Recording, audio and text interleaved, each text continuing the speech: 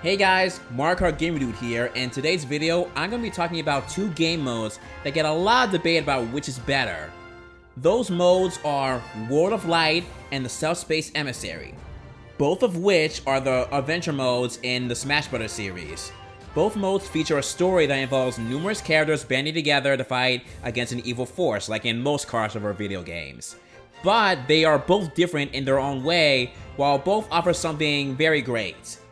Each mode gets a lot of debate about which is better or which is the true adventure mode.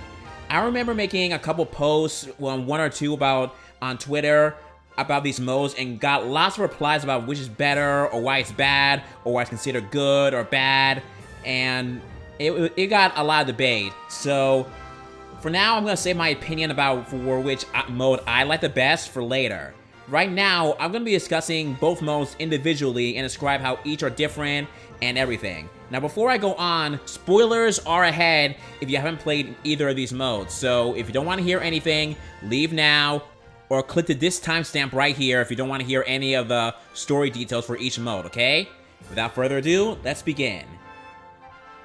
Number 1, the Subspace Emissary. The Subspace Emissary was an adventure mode in Super Smash Bros. Brawl, which featured characters teaming up and banding together to defeat the combined villain forces of Bowser and Ganondorf, along with some other minor villains in there. The story starts off with Mario, Kirby, Peach, and Zelda in the mid-air stadium, with Pit watching from above. Later on, after Kirby and Mario's match, things turn for the worse as Meta Knight's ship flies over the stadium, releasing shadow busts that turn into primates and other enemies. After fighting them, the Prime Minister, which is a villain, drops a subspace bomb, and before Mario can stop it, Mario is sent flying by the Piranha Plant, who captures Princess Peach and Zelda. In this point in the story, you have to choose between saving Peach or Zelda, both of which reflect the story in a big way. I rescued Peach because she was one of my mains in the game. After saving her, Wario drops in with a dark cannon and blasts Zelda, turning her into a trophy and takes her away with Kirby and Peach in pursuit of him. But the bomb goes off, resulting in the duo escaping on the Warp Star, while the mid-air stadium is consumed into the subspace portal. It's here after you complete the stage, you are shown the world map, and as you progress you unlock more levels and gain more characters along the way. Each level is pretty basic. You get a level in the jungle, a playground, a base, a lake, and so on. This is where some of the people complain about the mode. Each level was so bland and basic, whereas in Meelee's adventure mode, each level was based off a game world. Now, personally, I didn't really have a problem with the levels, but I can agree some originality from the game worlds could have been implemented here. You also face off against a few bosses along the way, with Quasar, Ridley, Porky, and so on. In the final area, you are sent through a very long maze titled The Great Maze. This level got lots of criticism from being so long and confusing as to where to go. And it's only thanks to YouTube that I managed to even get past this level. Once you do, you face off against the true villain of the game, Taboo, and then the subspace portals close and the story ends. Subspace, in my opinion, was a blast to play through. While it may have some drawbacks with its levels, it's the cutscenes and the character interactions that really get me going back and want to play Subspace again, or at least see the cutscenes in the menu. Seeing Diddy Kong have funny interactions with Fox and Falco always made me smile, and seeing Lucas become all brave to rescue Ness with a Pokemon trainer, and then the scene where all the fighters are together and then also flying towards the portal, man, it always made me want to go back and see it again. Now, after this game, we didn't have an adventure mode for Smash 4. This is because Sakurai was upset about the cutscenes for Subspace Emissary being leaked online, so he decided no adventure mode for Smash 4. Now, in my opinion, was understandable to be upset about, but leaks happen. There are just some you can't stop from getting out, and you can't stop it from happening. There are some you can stop, and some you can't. So it wasn't really an excuse like some people were saying, but I can understand why he was upset about it. But I think taking out the adventure mode was a little bit extreme because of that. Smash 4 felt a little bland, to be honest. Thankfully, with Smash Ultimate, we got another adventure mode, World of Light. World of Light is an adventure mode where you have to rescue all the captured fighters from their possession by the main villain of the game, Galeem. In the beginning of the story, we see many of the fighters together, ready to fight against Galeem and his army of Master Hands. But Galeem sends giant beams of light, and each of the fighters are vaporized except for Kirby, who manages to escape from the beams on his warp star. He later comes back, landing into the new world created by Galeem. He then ventures off by his own, rescuing the other fighters who are copied and possessed by spirits. Here is where you are thrown into the world map, where instead of venturing through world levels, you are progressing through the world map fighting against possessed copies of fighters, eventually rescuing many of them and doing many puzzle-like objectives to keep progressing. You also face off against some bosses. New ones include Martz, Demon Ganon, and Dracula.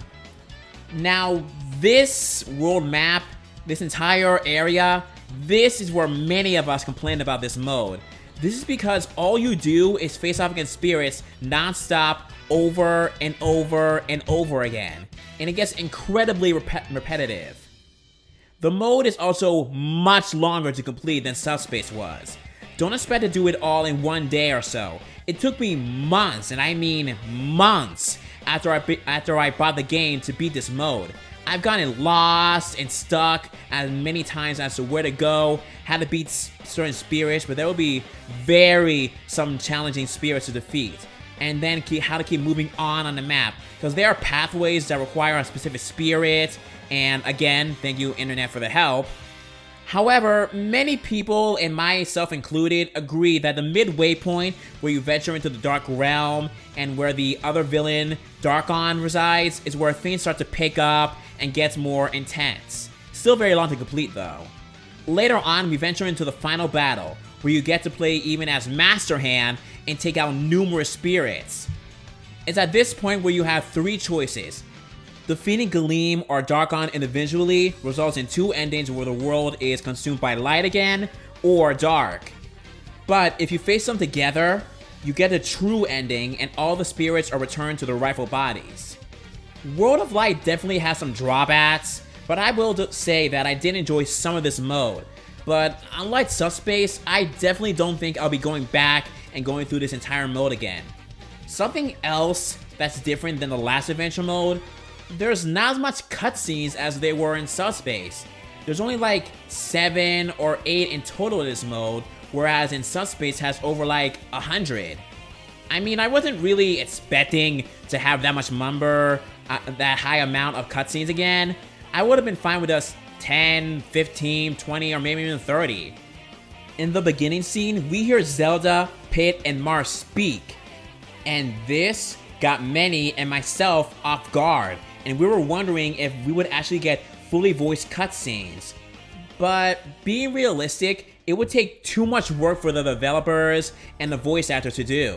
But I would have been fine with just text box dialogue like they do in Fire Emblem and other RPG games. It is sad that we didn't get any new interactions with the Smash cast. I was so looking forward to seeing Sonic or Mario interact with each other outside of the Olympic series, or have Bayonetta speak to the Belmonts, or Pit and Palutena, or Daisy, Zelda, and Lucina interacting too. But looking at the large cast of characters we have, it would be very difficult to mix and match up the cast together in scenes that would fit. The only good cutscene that had somewhat interactions was the beginning one. Quick note about that, by the way, the cutscenes actually got leaked again like last time with Subspace. I hope that doesn't make the next game, if there is one, adventure mode get cut. I hope not. I also missed the platforming levels. I mean, sure, they weren't amazing, but seeing how the world map had so many references to other games and series and systems, imagine how it would have been if they went in that direction.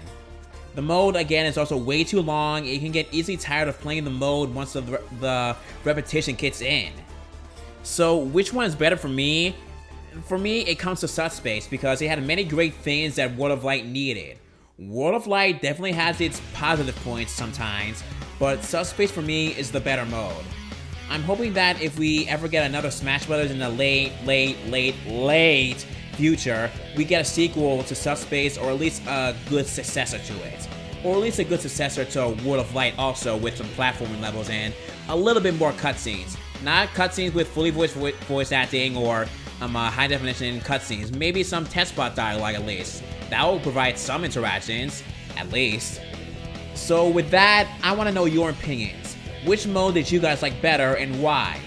Thanks for watching, guys, and stay tuned for more discussion videos, okay? Later!